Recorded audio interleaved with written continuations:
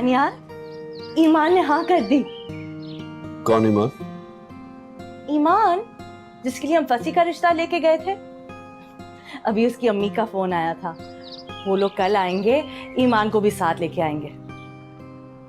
रहते कहाँ ये लोग? उनकी लिविंग स्टैंडर्ड कैसा है? नाजमाबाद में रहती है, लेकिन इससे क्या फर्क पड़ता है, बहुत अच्छी लड़की है। तुम दोनों बहन भाइयों को फर्क नहीं पड़ता होगा। फसी साहब के लिए तो यही बहुत बड़ी बात है कि उनको लड़की मिल रही है। शर्मिंदगी तो मुझे होगी ना।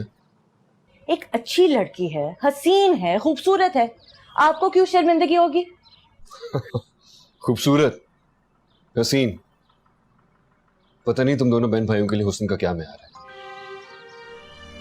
मेरी नजर में तो जो बीवी सुघड़ हो, बाहया हो, अपने शौहर की ताबेदार हो, वो ही सबसे हसीन है।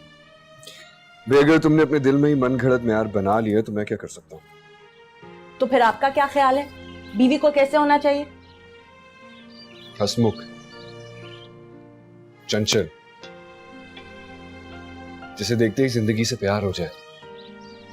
तुम्हारी तरह रोती बसूरती औरत नहीं, जिसे ठीक से मुस्कुराना तक ना आए, जिसे साथ लेके जाओ तो शर्मिंदगी उठानी पड़े और सिर्फ मजबूरन साथ निभाना पड़े, जिस तरीके से मैं निभा रहा हूं।